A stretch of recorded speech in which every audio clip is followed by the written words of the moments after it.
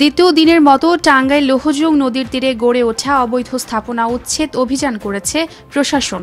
বুধবার থেকে জেলা প্রশাসক শহীদুল ইসলামের নেতৃত্বে সমন্বিতভাবে নদী দখল করে গড়ে ওঠা অবৈধ স্থাপনা উচ্ছেদ শুরু হয়। জনপ্রিয় সঙ্গীত শিল্পী আজম খানের একটি গান গেয়ে সোশ্যাল মিডিয়ায় জনপ্রিয়তা লাভ করেছেন দিনাজপুরের জেলা প্রশাসক মাহমুদুল আলম। দক্ষিণ সুনামগঞ্জ উপজেলার শিমুলবাগ ইউনিয়নের নূরপুর গ্রামের কোমলমতি ঝরে পড়া ৫ থেকে ১৪ বছর বয়সী শিশুদের শিক্ষার মূল ধারায় ফিরিয়ে আনাতে ক্রীড়া প্রতিযোগিতা, আলোচনা সভা ও পুরস্কার বিতরণী অনুষ্ঠিত হয়েছে। বুধবার ইউনিসেফের আর্থিক সহযোগিতায় এ প্রতিযোগিতা অনুষ্ঠিত হয়। চুয়াডাঙ্গা মাথাভাঙ্গা নদী থেকে ভাসমান অবস্থায় অজ্ঞাত বৃদ্ধের লাশ উদ্ধার করেছে ফায়ার সার্ভিসের সদস্যরা। বুধবার বিকেলে সদর উপজেলার মাথাভাঙ্গা নদীর আলুকদিয়া ঘাট থেকে এ লাশ উদ্ধার করা হয়।